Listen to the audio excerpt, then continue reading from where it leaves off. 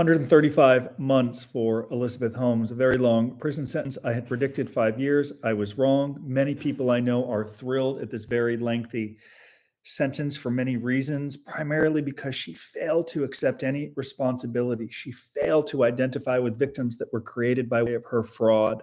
And as a result, people get angry. In America, second chances do exist for people with felony convictions, a conviction that I have, but we can work our way back and make amends when we begin to say, I'm sorry, this is how I'll do better. So I know this sentence brings a lot of joy to people, and I presume the prosecutors as well, who asked for 15 years, 11 years, a very long time.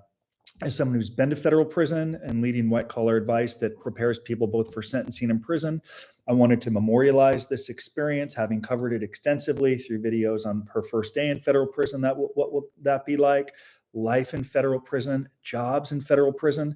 But now the reality sets in. I want to talk about what's next for her, maybe 5 or 10 minutes in this live video. What's next? I can tell you, as crazy as it sounds, it may sound crazy to some of you, the day you get sentenced in many ways is better than the conviction or if you plead guilty. Why? At least she has clarity. Sounds insane, right? Today is a good day for her, at least because she has some clarity. She can begin to plan. Of course, I think I read she owes $30 million in legal fees. Her lawyers are going to appeal. They're going to tell her there are great grounds for an appeal. Everything that accompanies a conviction, they're going to try to mollify her concerns a bit. I will tell you, while Elizabeth Holmes is not a client, we've worked with a number of high-profile clients. And in that instance, I've never known anyone to prevail at trial, as crazy as it sounds, but many people have prevailed on an appeal. And of course, the lawyers, my phone's blowing up, lawyers are going to come out and say, we have great grounds for an appeal. They're going to say everything you can expect them to say. But at least she has clarity on what happens next. What should she do next? Well, she should embrace her family and feel a sense of gratitude that it wasn't 15 years in federal prison. She should express gratitude that the judge didn't remand her to custody, that she's not in shackles and chains right now, that she's not being carted off to a detention center where she could sit for weeks and months pending her transfer to the ultimate prison. She should feel gratitude that she could return to her home and she got a sentence that was well below the sentencing guidelines. So there's some benefits here for her, as crazy as that sounds. What happens next? Well, she will eventually get designated by the Bureau of Prisons. The pre-sentence report, as Ron Burgundy once said, I'm sort of a big deal. The pre-sentence report is called the Bible in Prison for a reason. It is a really big deal. I don't know if she prepared for the probation report. I don't know if she'd got into her background and her life and lessons learned and what she'll do moving forward. I know she outsourced most of the work to her lawyers. I know the character reference letters, as I articulated yesterday in a video I filmed, were utterly atrocious. So I don't know how well she prepared for that interview. I don't know any medical issues. I don't know if she disclosed any issues of drinking or substance abuse, because within the Bureau of Prisons, there is a program called the Residential Drug Abuse Program that could take 1 full year off of your sentence. It's a 9-month, 500-hour program. Don't know if she disclosed anything in that probation report. The Bureau of Prisons will look at the judgment and commitment order, the judgment that Judge Davila handed down. I presume her lawyers, if they have a brain, asked for a specific federal prison, probably the one in Dublin, California. I did some media earlier today with the Wall Street Journal. They were writing about what life would be like in federal prison for her, probably and most likely at Dublin. So the Bureau of Prisons is going to look at her pre-sentence report, the judgment and commitment order from the judge, and they are going to designate her to a federal prison. It could take 30 days. It could take 60 days. I presume the judge will let her stay out pending appeal. And it could be a year or two before she goes in. And this really is a difficult time. So while she has clarity, it's difficult to embrace this reality. Like, wow, I'm going to be surrendering to prison, as much as the lawyers are telling her, do not worry, you are going to prevail. So while I was happy the day I got sentenced to get clarity, the 2 months before I surrendered was brutal because the reality had kicked in. She has had sycophants around her telling her that she wants to hear that it was Balwani's fault. You had good intentions. Puffery is very common in Silicon Valley. It ain't your fault. These were big boy investors. You're going to prevail, or if anything, you're going to get a very short prison sentence, Elizabeth. Don't worry. So the sycophants now go by the wayside, and now she's going to have to serve this prison term alongside her family. She'll get designated by the Federal Bureau of Prisons. She may get a letter from the Bureau of Prisons telling her when she needs to surrender. She may be notified by her pretrial services officer that she's been designated to prison. And of course, her lawyers may tell her that she's been designated at a specific date and she needs to surrender at a specific time. Now, she wants to go to Dublin, I presume, but sometimes when you go to trial and you lose and you don't accept responsibility, and you just kind of make the government work and spend all this time and blame and excuse, sometimes they tend to ship you across the country. So it wouldn't stun me if she ended up in Alderson in West Virginia, which is far from the multi-million-dollar mansion apparently she's renting in Northern California. The problem or a consequence of a conviction is you lose a lot of control. You know, people like Elizabeth Holmes, she dropped out of college. She was suddenly the CEO of a company. She had control, sycophants around her, the accolades, everything went her way. And then you're stripped of a lot of that power. So I would encourage Elizabeth Holmes as she struggles through what is a difficult day to embrace the reality that as you traverse this criminal justice system, she's in a world where she cannot control things to the degree that she did. And that's really the hallmark of a successful prison term. I would advise her, as I have filmed in many other videos and done extensively through media, for her to be successful, she's got to focus on what she can and cannot control as she prepares to serve 135 months in prison. Don't worry, at the end of this video, I'm going to touch on how long she may actually serve on that sentence, because President Trump did cite prison reform in December 2018, which will shorten her sentence. She won't be able to control her bunk, perhaps, her job. She can control her attitude. She may not be able to control if the guard chooses to do fire alarm drills, 3 of them a week at 2:30 in the morning, or if they take away email or phone or the microwaves because somebody didn't clean it. She may not be able to initially control, like I said with jobs, if she's scrubbing toilets or showers when she gets there, but she can control her attitude. She can express gratitude, but what she cannot do when she gets to federal prison is complain. She cannot complain. There are people in this prison who have endured much worse than Elizabeth Holmes has ever endured, much worse than me, a privileged kid from the hills of Encino, ever endured.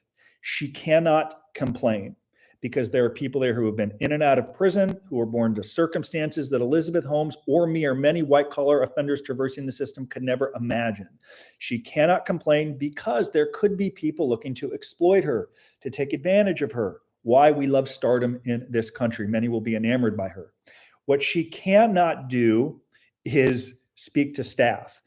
Well, many prisoners who do not view themselves to be a criminal align themselves with staff, ostensibly law-abiding citizens. They don't identify with the drug dealers or a white-collar criminal like me who pled guilty because she appealed. She doesn't think she did anything wrong, nor does she think she created any victims. Therefore, why would she form associations with criminals when she doesn't view herself to be a criminal? For that reason, our team at White Collar Advice would encourage her, avoid staff in prison. If they open the door, say thank you, and vice versa.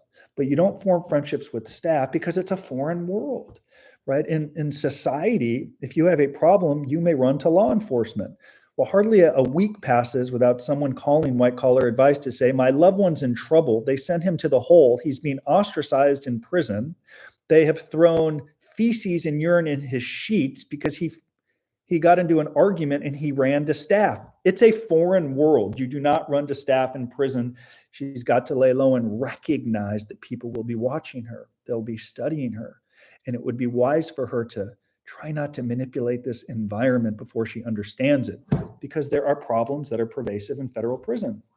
How many people say, oh, she's going to a club fed. This is party time.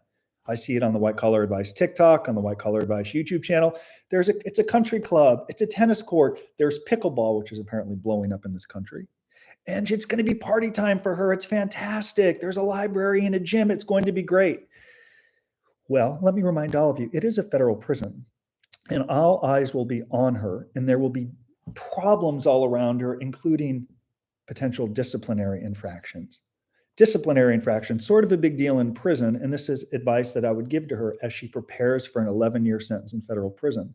As she understands her environment, she needs to understand recognize that there are some people who do not care if they get a disciplinary infraction, who do not care if they get transferred, who do not care if they go to the hole, who want to make a name for themselves by exploiting the former CEO who got 11 years, many of whom are still going to say the sentence is not long enough. Some people want to bury her underneath that prison. For that reason, she's got to avoid the iPhones. People will immediately come up to her and say, Elizabeth, I have a question for you. Have you ever scrubbed toilets and showers? No, I've never scrubbed toilets and showers. Yeah, it's not fun. It's not easy, Elizabeth. I can understand that. Have you ever served food, Elizabeth, 3 times a day, every other day? No, I've actually never served food. Usually people are serving me. So no, I've never served food. Elizabeth, that sounds hard. So to confirm, Elizabeth, you've never scrubbed toilets and showers? No, never scrubbed them. Well, Elizabeth, how about for 2 books of stamps, we do your job? What do you think, Elizabeth? You don't want to scrub toilets and showers. That's beneath you. Let us do it. Come on. What do you think? Come on. 2 books of stamps. You have the money. You got the cash. I read that you owe $30 million. You paid $30 million in legal fees. And Elizabeth, you haven't worked since 2018, clearly because you have resources. 2 books of stamps or you scrub the toilets and showers. What do you think? Talk to me, Goose. These are dilemmas that happen every single day in prison. So our team at White Collar Advice would advise anyone traversing this wretched system, all work is honorable. And when given an opportunity for someone to do her work, she should say, no, thank you. I'm going to do my job. Have a nice day and move on. When she gets to prison, she should be very careful about the friendships that she forms because there are prisoners who do cooperate with staff for a variety of reasons. More halfway house time, more commissary. They just like to be liked by people. The problem at times is people form friendships too quickly. And you're in prison for 9 minutes walking the track with someone who appears very nice and may have similar values because they look and talk and sound like you, but they could be a person that complains, that bitches, that blames everybody else for their plight in life. And she would be getting further away from what her goal should be, which is proving worthy of the love and support of her family. Of the 130 people that wrote character letters on her behalf, even though I believe many of those letters to be horrific, they still took the time to write them. And while others are now going to run, and through an 11-year sentence is very difficult to maintain and nurture relationships, though she should. My business partner served 26 years in prison. It's doable. The reality of the situation is going to sit in. And let me tell you, the reality really sits in as someone who's been to prison. I remember it in my case. It sets in like on a Tuesday at 11:15 in the morning when you're doing an ab class in prison, and it hits you. I'm in prison on a Tuesday at 11 a.m. I'm doing an ab class. How ridiculous is that? This afternoon, I have softball, then bocce ball, then it's movie night. Yes, that can be life in federal prison for many people. The days pass. Many people are told in prison to forget about the outside world. I would encourage her to go in a different direction. Embrace the reality that this is your life. You're still very young. With prison reform and good time, this is not a life sentence. She'll be home relatively quickly with good planning, eventually with some acceptance of responsibility, which will come. Make a note of this, 2:35 p.m. on Friday, November 18th. I've said it. She's going to lose the appeal most likely. And at some point in prison, she's going to do an interview with someone and say, I did it.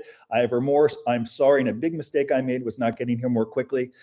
I know many of you have called me crazy and insane and said she will never get there. I'm willing to make a bet over a cup of coffee with anyone who is watching. Now, some of you are asking some questions I will get to. She'll have a phone. The only phone she'll have is if she were to carry around an illegal iPhone.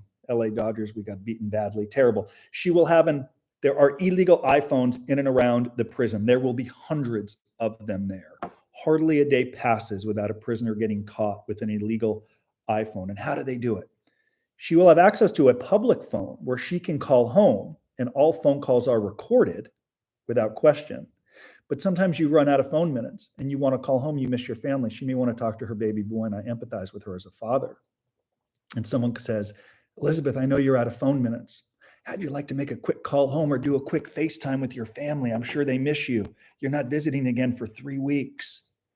And you succumb to temptation. She gives in. She makes a bad choice. She makes that phone call. Then 2 weeks later, the guards find the iPhone. They cross-check every number that was dialed against the prisoner's approved phone list. They find the phone number and they call Elizabeth in and say, hi, we've known you've used an iPhone. You have 2 choices, Elizabeth. You can tell us who gave you the phone, or you can go to the hole. and you can lose your good time. You can get transferred to a higher security prison. What would you like to do? A real dilemma. That's happened to people in our community, unfortunately, and they all make the right decision. They keep their mouth shut, they go to the hole, they lose their good time, and go to a higher security prison. Now, I want to get into some questions that are coming in, the length of the sentence and how long she will serve.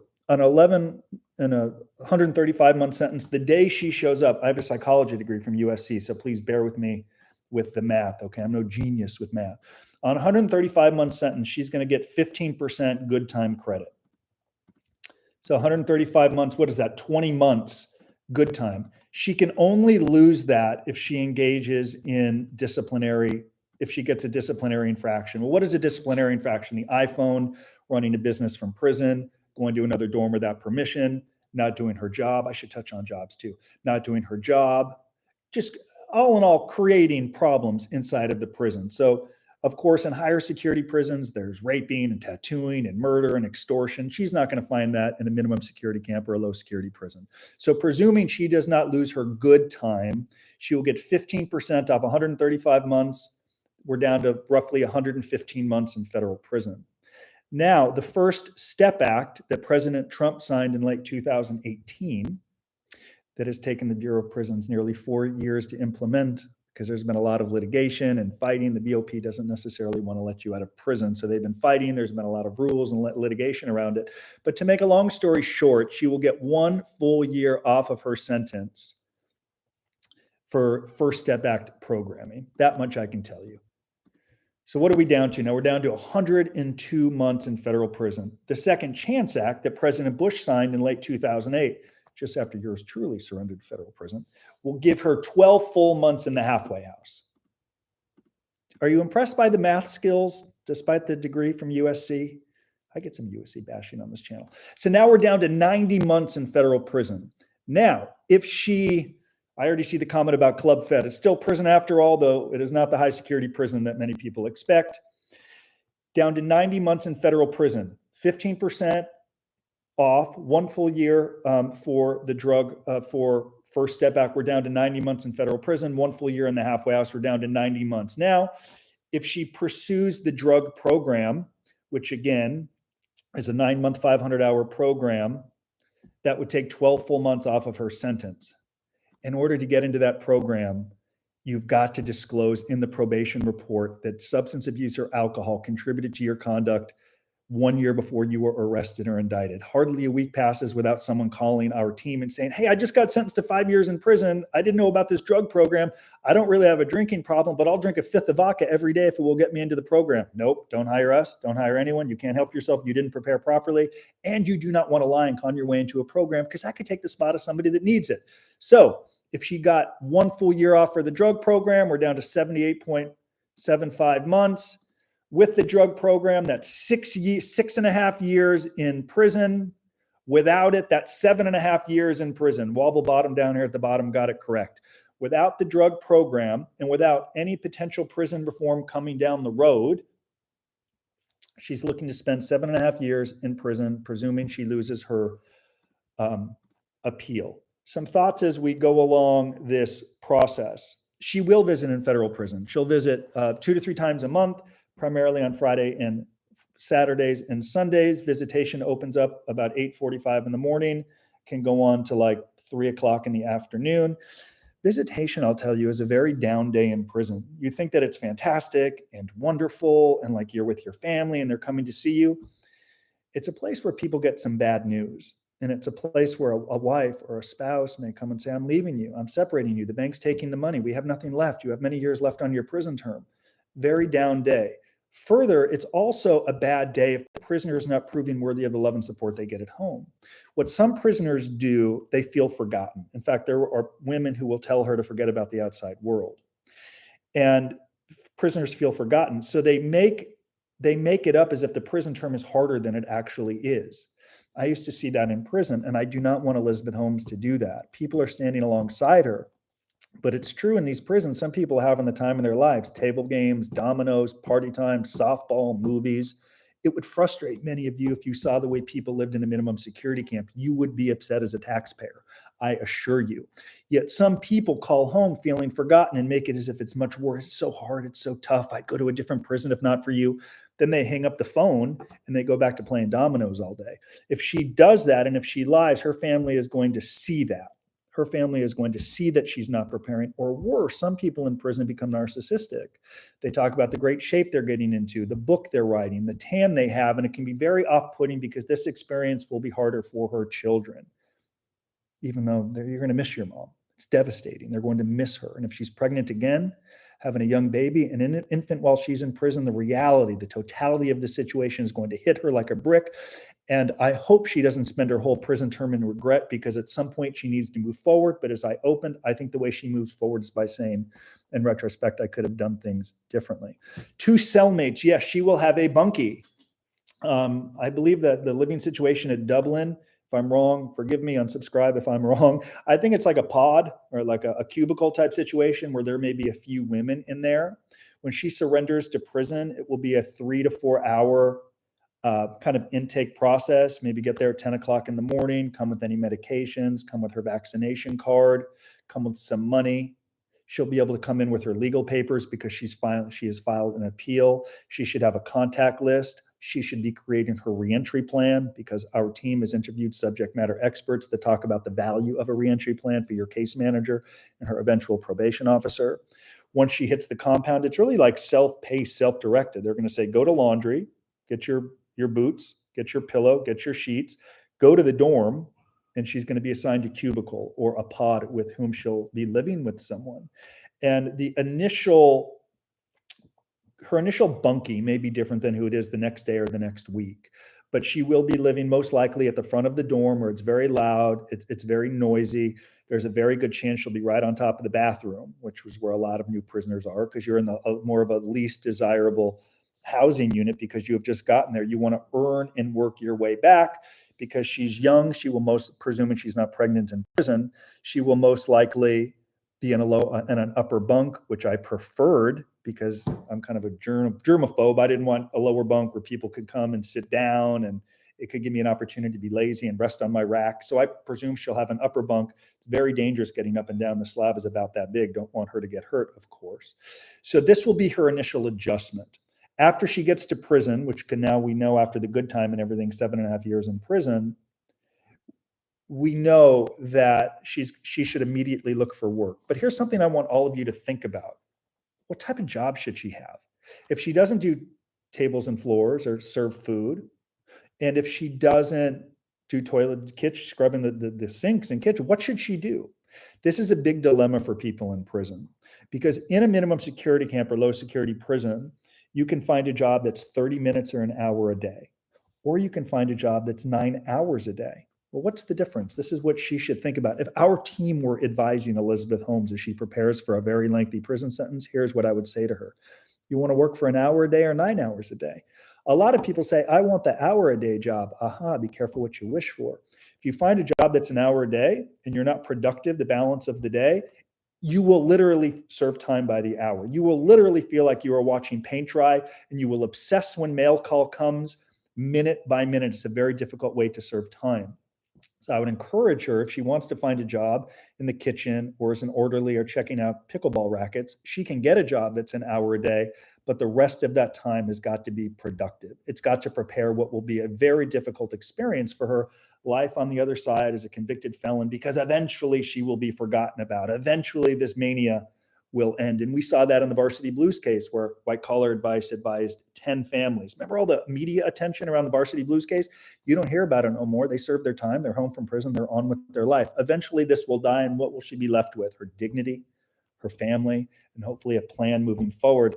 And I will say to you, a big restitution number. Now, I don't know how big the restitution number is, but I will say to you, it's a big number, which means she will have to pay in federal prison Financial Responsibility Program, or FRP, meaning based on how much money comes into her books every single month, the prison is going to take a portion of those resources to pay her victims, these victims with whom she is not identified, victims who she never seems to discuss, character reference letters that throw victims to the side and talk about Balwani and she never should have dated him and it's their fault. The victims, albeit slowly, are going to get the cash. And as we've seen from other people who have been incredibly successful, like Jordan Belfort from The Wolf of Wall Street, when she does the movie, when she has her big payday, and that's inevitable, the government's going to come in and they're going to want their cash. With Jordan Belfort, he got 112 million. Leonardo plays him in a big film. Jordan's making big money. Victims start calling the Department of Justice saying, hello, what do you people do all day? Do you know Leonardo's playing Jordan Belfort in a movie? Go get my cash. They sued him. Jordan's paying a little bit more. So restitution is a big deal, and her case manager is going to ensure that she's making payments by way of financial responsibility program. There's one thing I want to close with, part of the reason I think she got a longer prison term. And if any of you have questions, I'm happy to film more videos. I've filmed a panoply of them over the last year or two. So I'm happy to do more, but I want to get into part of the reason she got a longer sentence. And it's troubling to me. She chose not to work. I get chills thinking about it. It really bothers me. She hasn't worked since December of 2018. Did you know White Collar Advice? We have clients that go to Yale who drive for Uber. Did you know we've had clients go to Stanford that deliver bread at 4 a.m. because that's the only job they can get, and they know that all work is honorable? Do you think it would have influenced this judge if she was working and drawing a paycheck? And I'll tell you why it would have mattered and could have impacted her sentence. She's a criminal. So the government perceived her. She was convicted, just sentenced to more than 11 years in prison for the only career she's ever had at Theranos, which she defrauded people. She has no other record as an executive. Therefore, the reason that people need to work, the reason that defendants need to work, the reason that I picked up phones when I was a defendant, you need to begin earning an income as a law-abiding citizen. The most powerful character reference letter she would have had would have been from someone that employed her. She wasn't working. She wasn't creating a new record as a law-abiding citizen. She was leaving it to the lawyers, to everybody else to do the work but herself. Now, some of you may say, Justin, it's too high profile. It's too high profile, man. She can't go get a job at Starbucks. She can't drive for Uber. Did you see some of the people that wrote character reference letters on her behalf? A sitting United States senator wrote a letter. Billionaires, people who claim she still has value to provide to the world, wrote letters. You're telling me that someone couldn't have said to her, Liz, we're going to pay you 40 hours a week at $20 an hour. Sound good? Yes, of course it sounds good. I'm grateful to finally earn a living as a law-abiding citizen.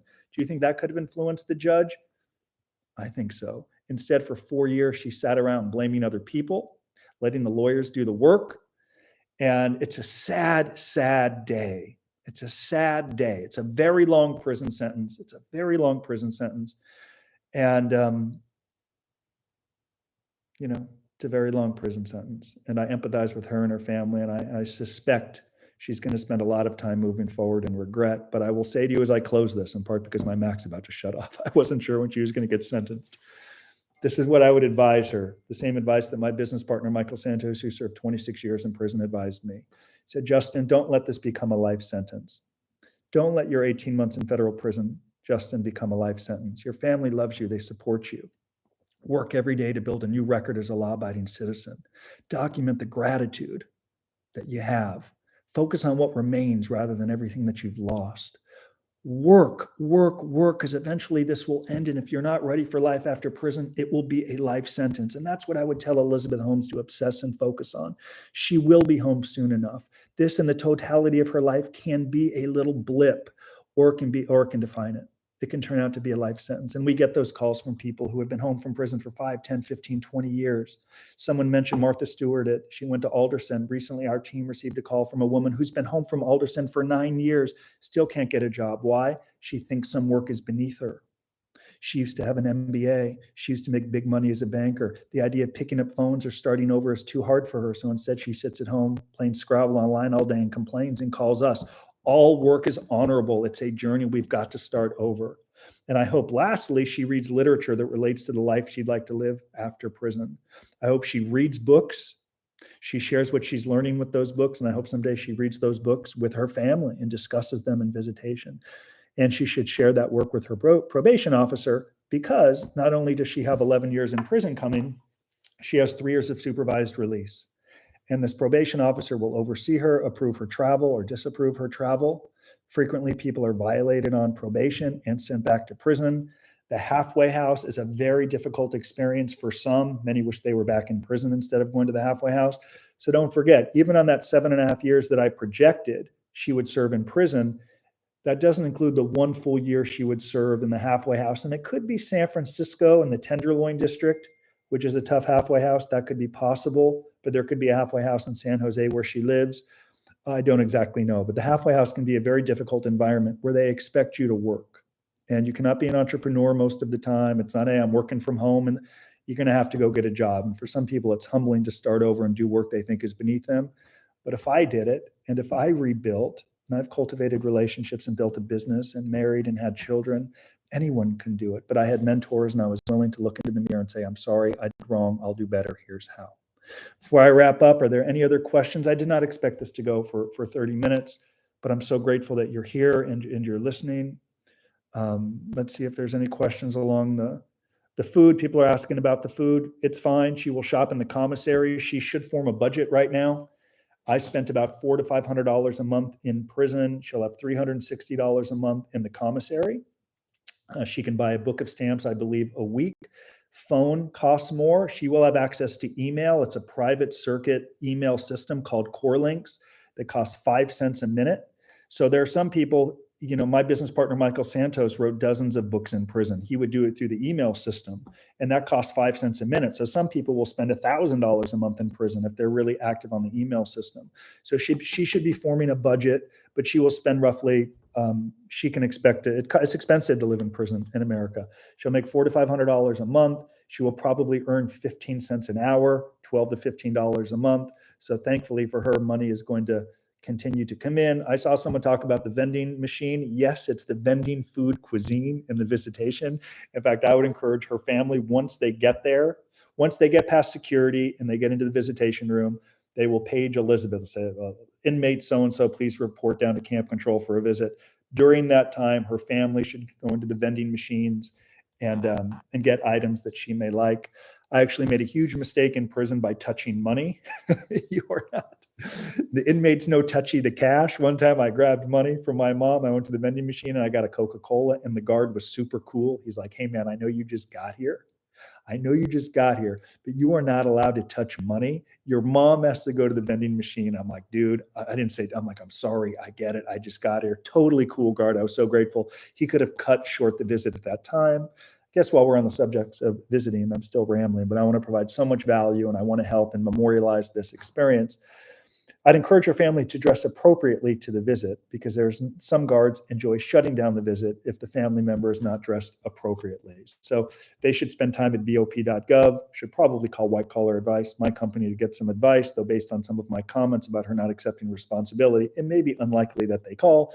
But bop.gov will provide a plethora of information about the prison that she's going to. At www.bop.gov, eventually her name will show up there under inmate locator. She will be given a Bureau of Prisons number. Mine was 444-99112 to the day I die. That will always remain at bop.gov.